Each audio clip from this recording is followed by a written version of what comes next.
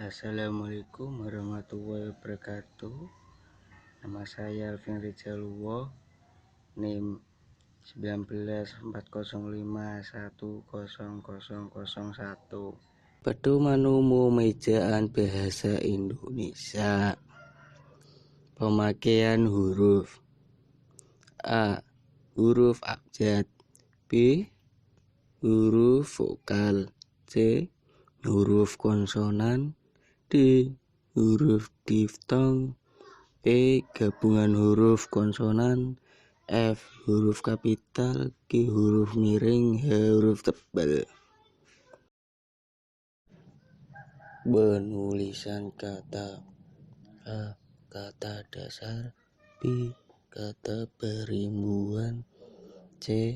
Bentuk uang. D. Gabungan kata. F. Kata depan. G. Singkatan dan akronim. H. Partikel. E.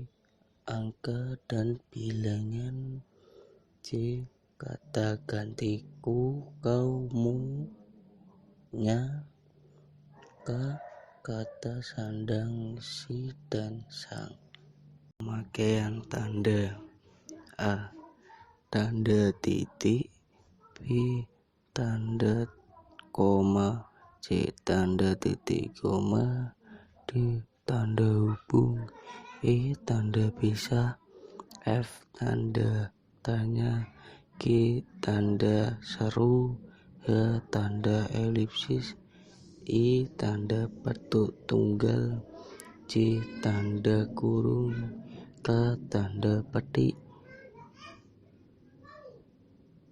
L. Tanda kurung siku. M. Tanda miring. N. Tanda penyingkat atau apostrof. Penulisan unsur serapan. Dalam perkembangannya, bahasa Indonesia menyerap unsur dari berbagai bahasa, baik dari bahasa daerah seperti bahasa Jawa, Sunda, dan Bali, maupun dari bahasa asing seperti bahasa Sanskerta, Arab, Portugis, Belanda, Cina, dan Inggris. Berdasarkan taraf integrasinya, unsur serapan dalam bahasa Indonesia dapat dibagi menjadi dua kelompok besar. Pertama, unsur asing yang belum sepenuhnya terserap ke dalam bahasa Indonesia, seperti force majeure, de facto, de jure, dan exploitation de homme par homme. Unsur-unsur dipakai dalam konteks bahasa Indonesia, tetapi cara pengucapan dan penulisannya masih mengikuti cara asing. Kedua unsur asing yang penulisan dan pengucapannya disesuaikan dengan kaidah bahasa Indonesia. Dalam hal ini, penyerapan diusahakan agar ejaannya diubah seperlunya, sehingga bentuk Indonesianya masih dapat dibandingkan dengan bentuk asalnya. Referensi Badan Pengembangan dan Pembinaan Bahasa, Kementerian Pendidikan dan Kebudayaan 2016. Kamus Bahasa Indonesia. Pengertian: Kamus Bahasa Indonesia adalah kamus eka bahasa resmi bahasa Indonesia yang disusun oleh Badan Pengembangan dan Pembinaan Bahasa dan diterbitkan oleh Balai Pustaka karena merupakan kamus bahasa Indonesia terlengkap dan paling akurat, dan dinaungi oleh Kementerian Pendidikan dan Kebudayaan Indonesia. Sejarah penerbitan edisi pertama 1988. Edisi pertama adalah hasil pengembangan dari Kamus Bahasa Indonesia yang terbit pada tahun 1983. Kamus ini baru memuat 62.105 edisi kedua 1991. Edisi kedua adalah revisi pertama KPPI dan memuat 72.0005. Edisi ketiga 2005. Edisi ketiga memuat 78.005. Menurut Dr. Dendi Sugono, Kepala Pusat Bahasa, kamus ketiga ini masih terasa banyak sekali kosakata yang belum masuk. Tetapi harap diingat bahwa KPPI adalah kamus umum berisi kosakata umum, sehingga dalam kamus tidak termasuk berbagai istilah. Untuk penggunaan kamus bidang ilmu tertentu, Pusat Bahasa juga memiliki kamus istilah. Edisi keempat 2008. Edisi keempat memuat lebih dari 90.0005. Pada edisi ini KPPI diperkaya kosakata yang berasal dari kamus istilah. Pada edisi ini kamus disusun berdasarkan paradigma. Edisi kelima 2016. Edisi kelima resmi diluncurkan Menteri Pendidikan dan Kebudayaan Muhadjir Effendi pada 28 Oktober 2016. Pada edisi ini KPPI memuat lebih kurang 108.0005 110.538 per April 2019 yang versi cetaknya setebal 2.040 halaman, hampir 2 kali lipat versi sebelumnya 1.400 halaman. Kamus Besar Bahasa Indonesia Daring. Kamus Besar Bahasa Indonesia dalam jaringan atau KPPI Daring merupakan versi daring dari KPPI edisi ketiga yang diluncurkan pada tahun 2008 sebagai basis data yang digunakan bertepatan dengan peluncuran KPPI edisi kelima. KPPI 5 versi daring juga sudah diluncurkan di alamat kppi.kemdikbud.go.id. Referensi perkembangan Kamus Besar Bahasa Indonesia. Pedoman transliter Arab Latin. Ahli aksara Arab Latin. Ahli aksara Arab Latin adalah metode atau pendekatan yang digunakan agar bahasa Arab, lisan dan tulisan dapat diwakili dalam tulisan Latin.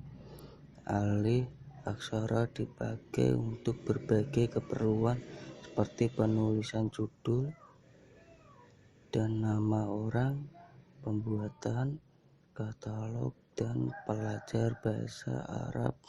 Ahli aksara juga disebut transliterasi. Pedoman transliterasi SKP 2 Menteri.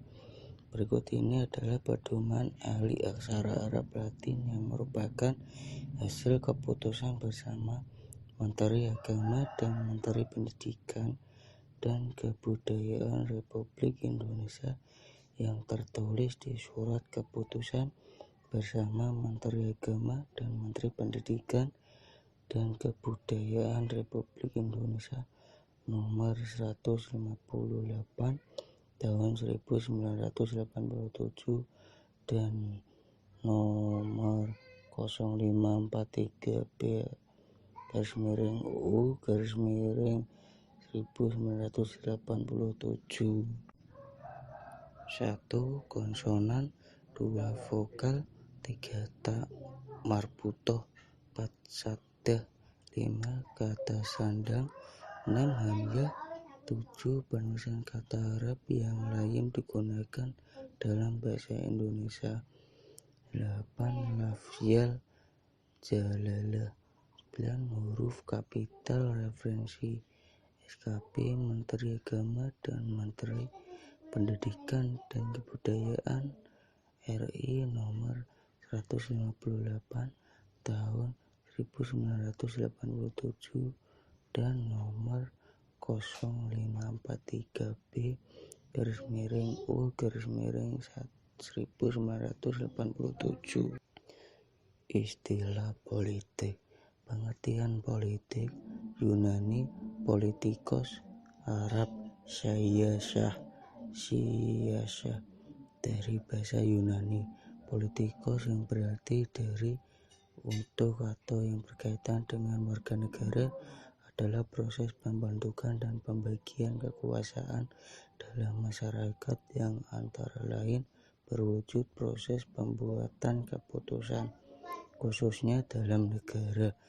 Pengertian ini merupakan upaya penggabungan antara berbagai definisi yang berbeda mengenai hakikat politik yang dikenal dalam ilmu politik. Etimologi politik. Secara etimologi, kata politik masih berhubungan dengan politis, kebijakan. Kata politis berarti hal-hal yang berhubungan dengan politik. Kata politisi berarti orang yang menekuni hal politik. Ilmu politik. Teori politik merupakan kajian mengenai konsep penentuan tujuan politik, bagaimana mencapai tujuan tersebut dan segala konsekuensinya. Bahasan dalam teori politik antara lain adalah filsafat politik, konsep tentang sistem politik, negara, masyarakat, kedaulatan, kekuasaan, legitimasi lembaga negara, perubahan sosial, pembangunan politik, perbandingan politik, dan seterusnya. Pemikir-pemikir politik mancanegara. Tokoh-tokoh pemikir ilmu politik dari kalangan teoris klasik, modern maupun kontemporer antara lain adalah Aristoteles, Adam Smith, Cicero, Friedrich Engels, Immanuel Kant, John Locke, Karl Marx, Lenin, Martin Luther, Max Weber, Niccolo Machiavelli, Rousseau, Samuel B. Huntington, Thomas Hobbes, Antonio Gramsci, Woodrow Douglas, Ramage. Indonesia. Beberapa tokoh pemikir dan penulis materi ilmu politik dan hubungan internasional dari Indonesia adalah Miriam Budiharjo, Salim Said, dan Ramlan Surbakti. Referensi Surbakti R. 1992.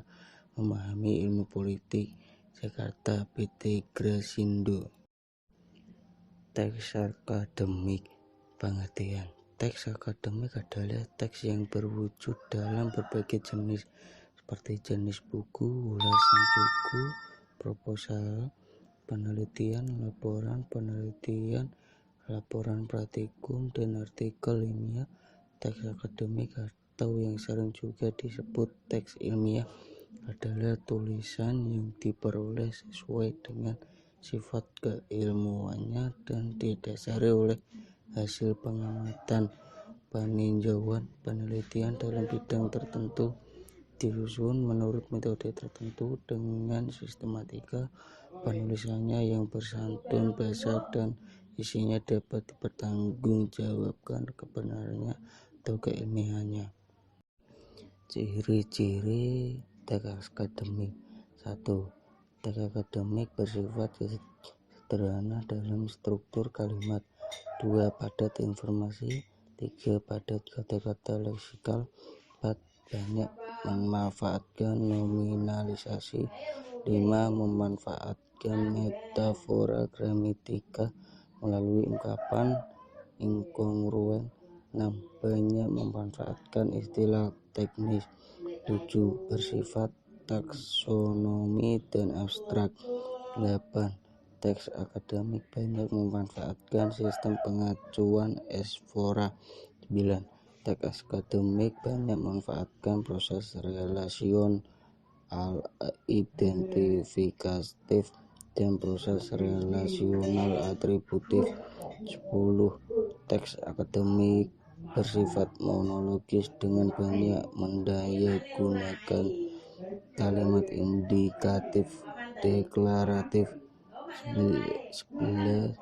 Teks akademik seharusnya tidak mengandung kalimat minor. 12. Teks akademik seharusnya tidak mengandung kalimat gramatikal. 13. Teks akademik tergolong ke dalam genre faktual, bukan genre fiksional. Referensi: Perkembangan Kamus Besar Bahasa Indonesia, Ekspresi Diri dan Akademik. Teks ulasan buku. Pengertian: teks ulasan adalah suatu teks yang berisi ulasan, penilaian atau review terhadap suatu karya seperti film, drama, atau sebuah buku. Teks ulasan disebut juga dengan resensi. Ketika mengulas suatu karya, penulis harus bersikap kritis agar hasil ulasannya dapat memberikan kontribusi bagi kemajuan karya tersebut. Ciri-ciri teks ulasan. Teks ulasan atau resensi memiliki ciri-ciri sebagai berikut. 1. Strukturnya terdiri atas orientasi, tafsiran, evaluasi, dan rangkuman.